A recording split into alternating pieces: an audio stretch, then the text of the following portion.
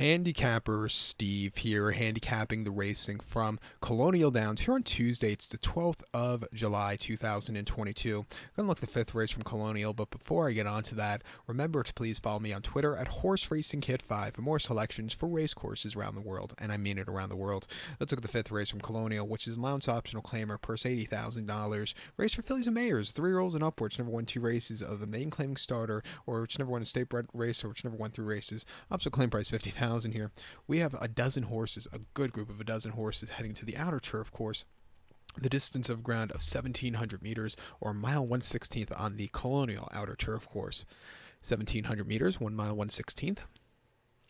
And, I haven't, they have, but it's been a while. But since the renaissance of Colonial, I don't think they really run a mile 16th races on the outer turf courses. Usually the outer turf course, they run the sprints and the longer races like the mile 3/16th and mile quarter races. So it's good to see a mile 16th on that outer turf course. But you do have a quick run to that first turn. My top selection, I'm going to take the 11 horse Flying Fortress. 11.851 for me in the superfecta. 11.851 super. Top selection 11 horse Flying Fortress. 4-year-old Phil by Uncle Mo. Shug McGahee trains one for his Boy Scouts to bounce. The horse's most recent outing came 24th of April at Laurel. 1 mile allowance race $55,000, and the horse went by neck that day. And you had a good post draw, broke well, stalked all the way around the race course. Probably wasn't 100% crank that day, but he got there in nick of time. I thought it was a good run first, started around 2 turns first off the bench. Coming here today, I would like to see this horse get sent a little bit closer from the wide post draw. If he runs, and I think that's what will get him to the winner's circle to run a good race. 2 back, the horse ran at Kentucky Downs on the 5th of September. 6.5 furlongs, yielding ground, and allowance race $131,000. And the horse finished 7 by 6 1/4 lengths that day. Was stupidly wide, moved a little bit late, but it wasn't anything to call home about. Definitely need the run on that quirky course. And then the debut on the 4th of August here at Colonial. 5.5 on the outer and a main special weight 52,000. Won by 1 3/4 lengths. Had a horrible post drop, but settled well early on, and then surged past him late. 71 Buyer. I thought that was a good racing debut.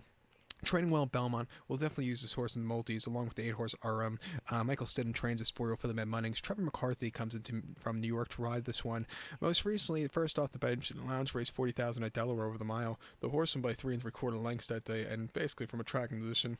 This horse could have won probably another 10 times. On the surface, I don't think the horse wants. Before that, here at Colonial over the mile 3/16 and option 25 closing weekend, the horse finished 4th by 2 3/4 lengths. And again, had a little bit of a tough trip, but really, settled well late and then broke the main from a stupidly wide poster here last August.